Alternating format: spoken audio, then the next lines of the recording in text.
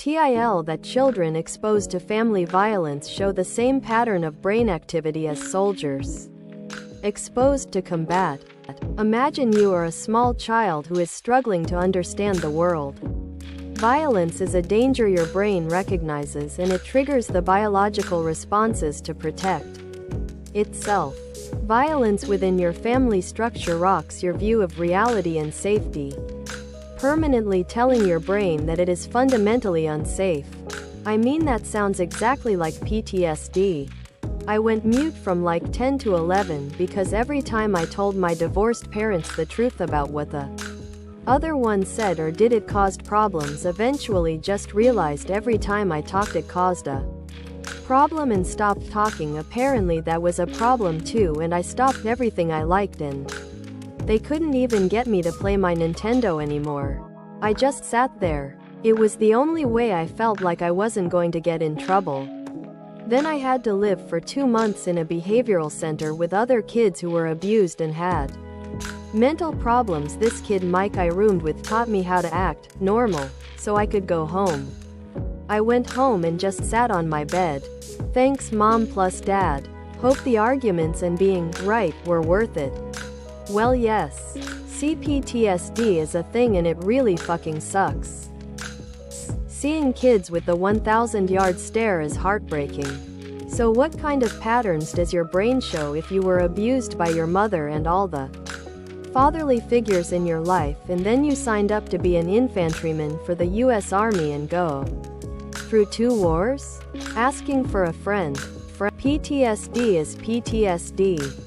A thing we did not realize till recently. Little kids can have horrendous PTSD from getting surgery in a way that adults don't. Edit. Not majority. I looked it up. Up to 30% of kids who have abdominal or open heart surgery before the age of 5 will have serious problems with depression later on in their life, even if their family doesn't have a history of it. This was a weird, fun medical fact for a while. But now it's understood that it's a traumatic reaction. Therapist figured out a while back that a lot of my issues are rooted in having the surgery that saved my life.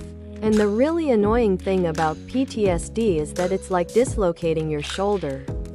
It happening only once makes it so much easier for it to happen again. So once you have a PTSD causing incident one time, it can happen again for progressively less serious things. Sucks.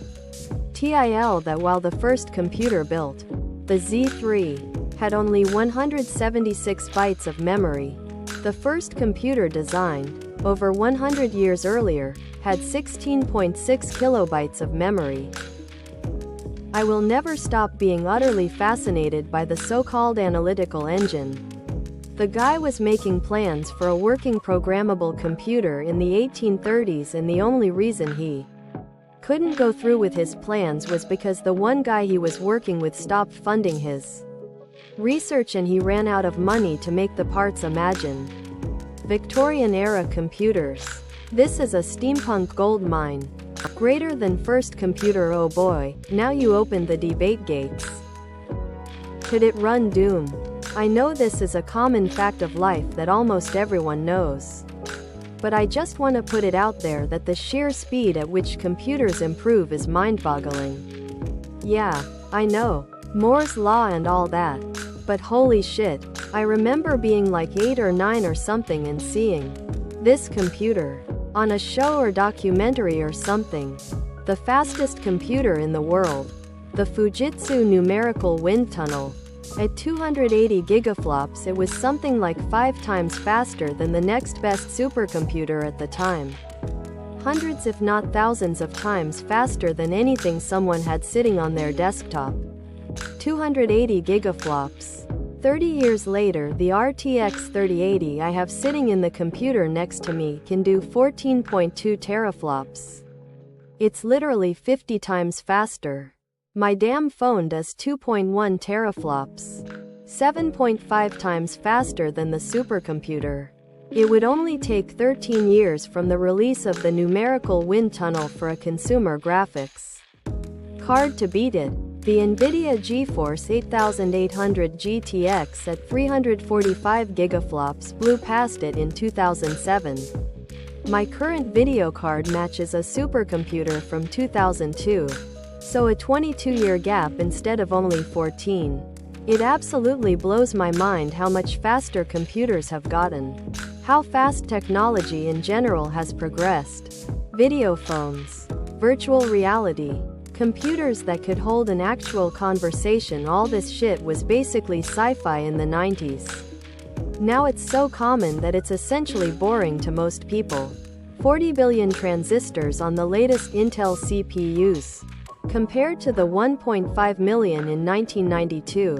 Even then, 1.5 million is a goddamned miracle of engineering. Let alone tens of billions. I have a decent understanding of how all this tech works. From microprocessor fabrication to the technologies involved in making FaceTime work. Yet it still all just blows my mind. But could you use it to get pornography? It's easy to design something compared to actually building it. TIL that an English chemist named James Price claimed to be able to turn mercury into silver or gold. When asked by members of the Royal Society to perform the experiment in front of credible witnesses, he reluctantly agreed, only to drink poison in front of them instead. Greater than despite the claimed successes of his initial demonstrations and the furor they had caused. Only 3 members turned up in Guildford on the appointed day. Damn. I've never killed myself in public in a dramatic display, but I would have been so bummed by that. Audience turnout. Don't worry guys, I have a plan. Quits game. Dude, you could have just said you were lying. He really said, I'd rather die than admit I was wrong. Just imagining bystanders being like, is he gonna poop out the gold? Quote, TIL of the 45 persons who have served as President of the United States. At least half have displayed proficiency in speaking or writing a language other than English. Of these, only one, Martin Van Buren, learned English as his second language. His first language was Dutch. Mynheer de President, een tweede vliegtuig heeft het Wereldhandelscentrum geraakt. Then there's Andrew Johnson, the president who handled English like it was his second language, even though it was his first. There's also one UK Prime Minister whose first language was not English. David Lloyd George was brought up speaking Welsh.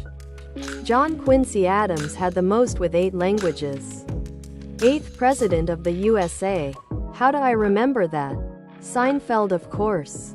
It should be noted that the current King of the Netherlands has participated in sports under the name Van Buren and has legitimate claim to the surname, though obscure enough.